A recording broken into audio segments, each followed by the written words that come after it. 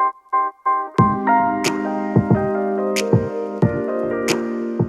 everybody, welcome back for another video. We're going to go over how to make your club shaft steeper in the backswing if you're someone who struggles with having too flat of a club shaft in this backswing. So as a general guideline, we typically want the club shaft to be steeper in the backswing so it flattens in the downswing. The reason why we do that is typically as we change direction, the opposite happens to the club. If I make my backswing with a steeper shaft, as you guys can see, this is a pretty steep shaft, and I start rotating, the shaft flattens quite a bit. If I make a very flat backswing and then I start rotating, the club steepens quite a bit. So that's why we generally would like a steeper looking club shaft in the backswing, because that will help lead the movement and flow into a flatter downswing with that club shaft to shallow the club out, which a lot of us could benefit from.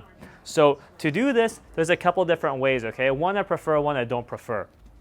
The way I don't prefer is to hinge this club up in an effort to keep the club head outside of you. You can see the hinge is a vertical hinge, and if I hinge the club up as I make my backswing and takeaway, you can see I keep the club head away from outside my hands, and this club is really steep, but ultimately that leads to having too much hinge in the golf swing, and the lead wrist cups. I don't want that. Most amateur players will benefit from having the lead wrist flat to bowed. Having it cupped in the backswing will lead to another variable of them having to flatten it in the downswing. Because when we're at the top and we have a cupped backswing, the face is probably going to be open. If we hit with a cupped face, the face will probably open at impact, which will shoot the ball to the right as a righty, or it's going to give us too much loft at impact, so the shots won't be as compressed, and the club will be very steep as we come down. All things that we generally don't want. So we don't want to do that. What we don't want to, again, we don't want to get the steep shaft by hinging vertically up to try to flatten it. But you can see when I do that, the face is way open, and I hit it so high because there's so much loft presented at impact. So the way I prefer to do this is I prefer to control how much forearm rotation I have, okay? So as a righty, if I forearm rotate clockwise, you can see that's the forearm rotation. You can see if I do that, the shaft is very flat going back. So what I want to do is feel like there's no forearm rotation as I turn, meaning as I turn, I'm going to feel like there's zero forearm rotation.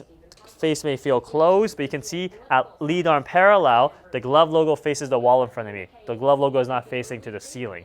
We want the glove logo facing the ceiling, sure, at the end of the backswing, but not halfway, 3/4 of the way up. So by not forearm rotating, you can see that keeps my lead wrist flat, which we want, flat at the top, so that even if I flatten in the downswing, it's gonna return a more square club face with way less loft, okay?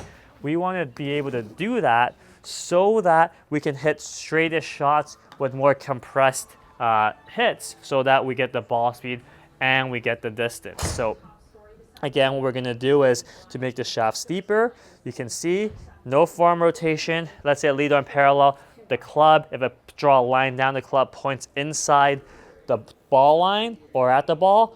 If it's too flat, it points outside the ball towards my GC claw, towards the wall in front of me, which we don't want. So one more time, no forearm rotation in the backswing to make it super steep. You can see it may feel like it's 90 degrees. That's okay, because that's what we're working on. And then in most cases, as I make my transition, the shaft will flatten, helping us come from the inside head a little bit push draw.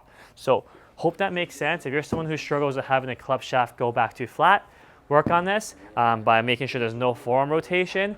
So try this out. Any questions, let me know, and I'll answer them as fast as I can. Thanks for watching, everybody.